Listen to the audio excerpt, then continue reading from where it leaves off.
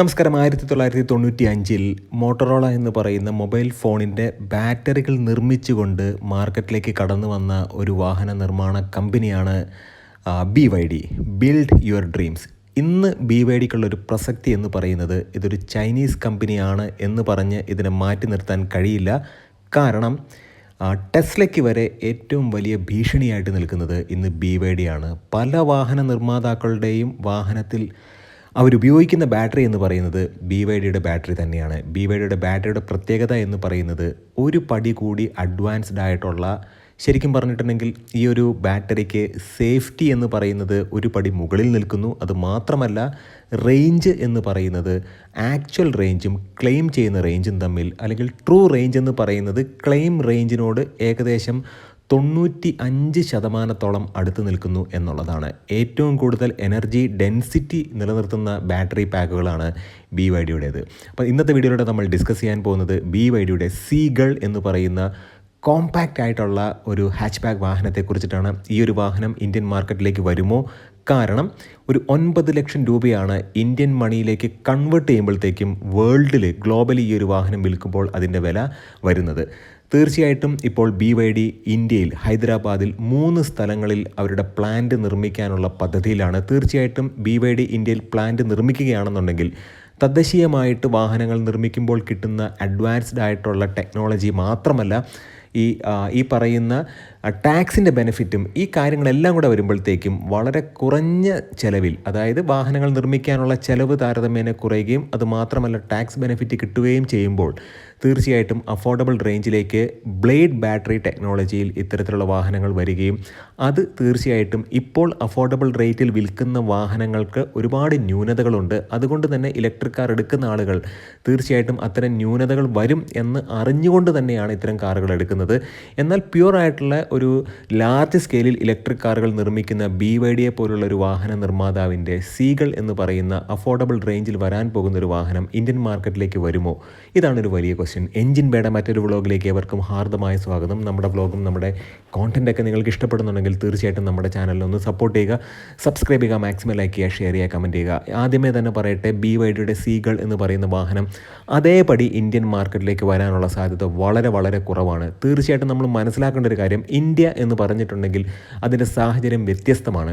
അതായത് ഇവിടെ ഗ്രൗണ്ട് ക്ലിയറൻസിന് വളരെയധികം ഇമ്പോർട്ടൻസ് ഉണ്ട്. അതായത് സീഗൾ എന്ന് പറയുന്ന വാഹനത്തെ അതിനൊന്ന് കമ്പയർ ചെയ്യുകയാണെന്നുണ്ടെങ്കിൽ ഗ്ലോബൽ മാർക്കറ്റിൽ വിൽക്കുന്ന ആ ഒരു വാഹനത്തെ കമ്പയർ ചെയ്യുകയാണെന്നുണ്ടെങ്കിൽ വെറും 165 മില്ലിമീറ്ററിന് അടുത്ത് മാത്രമാണ് ആ ഒരു വാഹനത്തിന് ഗ്രൗണ്ട് ക്ലിയറൻസ് ഉള്ളൂ. ആ ഒരു ഗ്രൗണ്ട് ക്ലിയറൻസുമായിട്ട് ഇന്ത്യയിൽ സീഗൾ വന്നാൽ സക്സസ്ഫുൾ ആകാൻ വളരെ സാധ്യത കുറവാണ്. എക്സ്പെഷ്യലി കേരളത്തിലെ റോഡുകളെ കുറിച്ചൊക്കെ നമുക്ക് വളരെ നല്ല അഭിപ്രായമാണ്. അതുകൊണ്ട് തന്നെ ഇത്തരം ബാറ്ററി പാക്കുകൾ ഫ്ലോറിൽ അറേഞ്ച് ചെയ്ത് വെച്ചിരിക്കുന്ന ഇത്തരം വാഹനങ്ങൾക്ക് പ്രോപ്പറായിട്ടുള്ള ഒരു ഗ്രൗണ്ട് ക്ലിയറൻസ് വളരെ വളരെ അത്യാവശ്യമാണ്. എന്താണ് BYDയുടെ സീഗൾ എന്ന് പറയുന്ന വാഹനത്തിന് ഇത്ര കണ്ട് പ്രത്യേകത എന്ന് ചോദിച്ചാൽ, BYDയുടെ പ്യുവർ ഇലക്ട്രിക് പ്ലാറ്റ്ഫോമിലാണ് ഈ ഒരു വാഹനം വരാൻ പോകുന്നത്. ഈ പ്ലാറ്റ്ഫോം 3.0 എന്ന് പറയുന്ന പ്യുവർ ഇലക്ട്രിക് പ്ലാറ്റ്ഫോമിലാണ് ഈ ഒരു വാഹനം വരുന്നത്.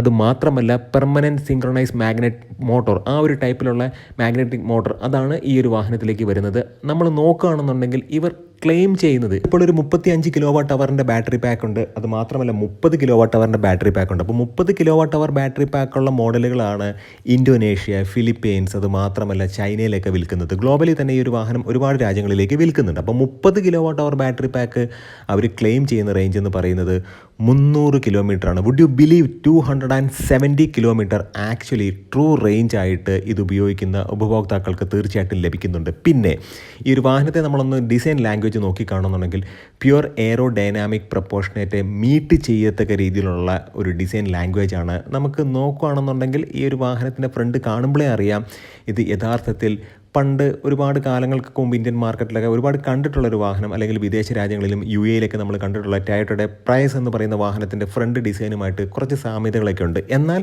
ഡയമെൻഷൻസ് നമ്മൾ നോക്കുകയാണെന്നുണ്ടെങ്കിൽ വെറും 3780 മില്ലിമീറ്ററാണ് ഇതിൻ്റെ ലെങ്ത്ത്, 1715 മില്ലിമീറ്ററാണ് ഈ ഒരു വാഹനത്തിൻ്റെ വിഡ്ത്ത്, 1580 മില്ലിമീറ്ററാണ് ഈ ഒരു വാഹനത്തിൻ്റെ ഹൈറ്റ്. വീൽ ബേസ് എന്ന് പറയുന്നത് 2500 മില്ലിമീറ്ററാണ്. അങ്ങനെ നോക്കുമ്പോഴത്തേക്കും ഈ ഒരു വാഹനം ഒരു ചെറിയ വാഹനമാണ്. ചെറിയ വാഹനം എന്ന് പറഞ്ഞാൽ 4 പേർക്ക് കംഫർട്ടബിളായിട്ട് സഞ്ചരിക്കാൻ കഴിയുന്ന ഒരു വാഹനമാണ്. പ്രധാനമായിട്ടും നമ്മൾ എടുത്തു പറയേണ്ട ഒരു കാര്യമെന്ന് പറയുന്നത് ഫ്ലോർ എന്ന് പറയുന്നത് യഥാർത്ഥത്തിൽ ബാറ്ററി പാക്ക് തന്നെയാണ്. ബാറ്ററി പാക്കും ഫ്ലോറും തമ്മിൽ നമുക്ക് അതിനെ ഡിസ്റ്റിങ്വിഷ് ചെയ്യാൻ കഴിയില്ല, അല്ലെങ്കിൽ വേർതിരിച്ച് കാണാൻ കഴിയില്ല. രണ്ടും ഒരേ രീതിയിൽ തന്നെയാണ് നിലനിർത്തുന്നത്. പ്രധാനമായിട്ടും നമ്മൾ മനസ്സിലാക്കേണ്ടത് 16 ഇഞ്ചിൻ്റെ വീലുകളാണ്, അല്ലെങ്കിൽ ടയർ പ്രൊഫൈൽ എന്ന് പറയുന്നത് 16 ഇഞ്ചിലാണ് വരുന്നത്. തീർച്ചയായിട്ടും നമ്മൾ മനസ്സിലാക്കേണ്ട മറ്റൊരു കാര്യം, ഈ ഒരു വാഹനത്തിന് ഒരുപാട് കളർ ഓപ്ഷൻസ് കാര്യങ്ങളൊക്കെ ഉണ്ട്. ആ കളർ തീം അനുസരിച്ച് ഈ ഒരു വാഹനത്തിൻ്റെ ഇൻറ്റീരിയറിൽ ഒരുപാട് ചേഞ്ചുകൾ വരും, അതായത് ഇൻറ്റീരിയർ കളറിൽ ഒരുപാട് ചേഞ്ചുകൾ വരും. നമ്മൾ മനസ്സിലാക്കേണ്ട മറ്റൊരു കാര്യമെന്ന് പറയുന്നത്, ഒരുപാട് സേഫ്റ്റി മെഷേഴ്സ് ഈ ഒരു വാഹനത്തിനുണ്ട്. തീർച്ചയായിട്ടും 6 എയർ ബാഗ് ഇന്ത്യയിലേക്ക് വരുമ്പോഴത്തേക്കും ഈ ഒരു വാഹനത്തിനുണ്ടായിരിക്കും. നിലവിൽ ഇപ്പോൾ 4 എയർ ബാഗാണ് വരുന്നത്. എന്നാൽ പോലും ഇന്ത്യയിലേക്ക് വരുമ്പോഴത്തേക്കും ഇത് അതേപടി ഇപ്പം MG ഒക്കെ ചെയ്യുന്നത് പോലെ വൂളിങ്ങിൻ്റെ ക്ലൗഡ് EV എടുത്തിട്ട് ഇവിടെ MG വിൻസർ EV എന്നുള്ള രീതിയിൽ വിൽക്കുന്നു. അതുമാത്രമല്ല വൂളിങ്ങിൻ്റെ എയറിന് എടുത്തിട്ട് ഇവിടെ MG കോമറ്റ്, ആ ഒരു രീതിക്കായിരിക്കില്ല. തീർച്ചയായിട്ടും ഈ ഒരു വാഹനത്തെ ഇന്ത്യയിലേക്ക് കൊണ്ടുവരുമ്പോഴത്തേക്കും സസ്പെൻഷനിൽ കാര്യമായിട്ടുള്ള റീവർക്കുകൾ ഉണ്ടായിരിക്കും. സെയിം പ്ലാറ്റ്ഫോം നിലനിർത്തും. എന്നാൽ സീഗേൾ പോലെയുള്ള ഒരു വാഹനം, അല്ലെങ്കിൽ സീഗേളിൽ നിന്നും ഡിറൈവ് ചെയ്തൊരു വാഹനത്തെ ആയിരിക്കും ഇന്ത്യൻ മാർക്കറ്റിലേക്ക് കൊണ്ടുവരുന്നത്. പ്രധാനമായിട്ടും ഡിറൈവ് ചെയ്യുക എന്ന് ഉദ്ദേശിച്ചത് ഈ വാഹനത്തിൻ്റെ സസ്പെൻഷൻ അല്ലെങ്കിൽ ഗ്രൗണ്ട് ക്ലിയറൻസിലൊക്കെ വ്യത്യാസങ്ങൾ വരുത്തി ഇന്ത്യൻ സാഹചര്യത്തിൽ നിലനിർത്തക്ക രീതിയിലുള്ള ഒരു സ്ട്രക്ചറിലായിരിക്കും ഈ ഒരു വാഹനം വരുന്നത്. എന്നാൽ അടിസ്ഥാനപരമായിട്ട് ഈ ഒരു വാഹനം സീഗൾ തന്നെയായിരിക്കും. തീർച്ചയായിട്ടും BYD എന്ന് പറയുന്നത് ലാർജ് സ്കെയിലിൽ ഇന്ത്യയിൽ വാഹനങ്ങൾ നിർമ്മിച്ച് വിൽക്കും. അതിന് ഏറ്റവും പ്രധാനപ്പെട്ട കാര്യമെന്ന് പറയുന്നത് ഈ ഒരു വാഹനത്തിന് ഇപ്പോൾ കിട്ടുന്ന ഒരു സ്വീകാര്യതയാണ്. ഇതിൽ ഏറ്റവും പ്രധാനപ്പെട്ട കാര്യമെന്ന് പറയുന്നത് ഈ ഒരു വാഹനത്തെക്കുറിച്ചിട്ടുള്ള ഫീഡ്ബാക്കാണ്. അതായത് ഒരുപാട് രാജ്യങ്ങളിൽ കസ്റ്റമേഴ്സ് ഈ ഒരു വാഹനം ഉപയോഗിച്ചിട്ടുണ്ട്. അതുകൊണ്ട് തന്നെ ഇതിനൊരു ഇൻട്രൊഡക്ഷൻ ആവശ്യമില്ല. ഒരു ചൈനീസ് കാർ മാനുഫാക്ചർ എന്നുള്ള രീതിക്കൊക്കെ ഇവരെ തള്ളിക്കളയേണ്ട കാര്യമില്ല. കാരണം ഇന്ത്യയിൽ ഇപ്പോൾ ടാറ്റ മോട്ടോഴ്സിൻ്റെ വാഹനത്തിൽ വരെ BYDയുടെ ബാറ്ററി പാക്കാണ് യൂസ് ചെയ്യുന്നത്. ഇവിടെ ഇന്ത്യയിൽ സക്സസ് ആവണമെന്നുണ്ടെങ്കിൽ ഒരു അഫോർഡബിൾ ആയിട്ടുള്ള ഒരു പ്രൈസ് റേഞ്ചിൽ, നല്ല ഒരു റേഞ്ചിൽ ഒരു വാഹനം വേണം.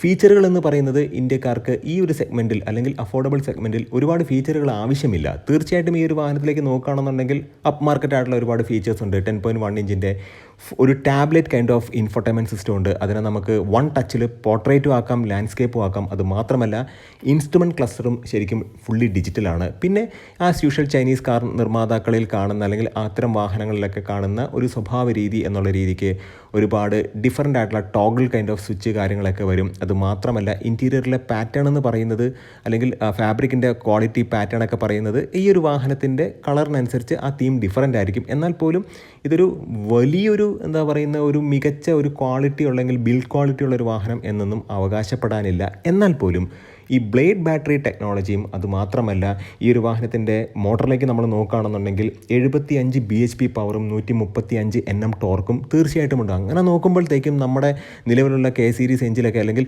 മുമ്പുണ്ടായിരുന്ന K സീരീസ് എഞ്ചിനൊക്കെ നൽകുന്ന 113 Nm ടോർക്ക് വെച്ച് കമ്പയർ ചെയ്യുമ്പോഴത്തേക്കും ഈ ഒരു വാഹനത്തിന് 135 Nm ടോർക്കുണ്ട്. ഇലക്ട്രിക് വാഹനത്തിൽ പൊതുവേ ടോർക്ക് കുറച്ച് കൂടുതലായിരിക്കും.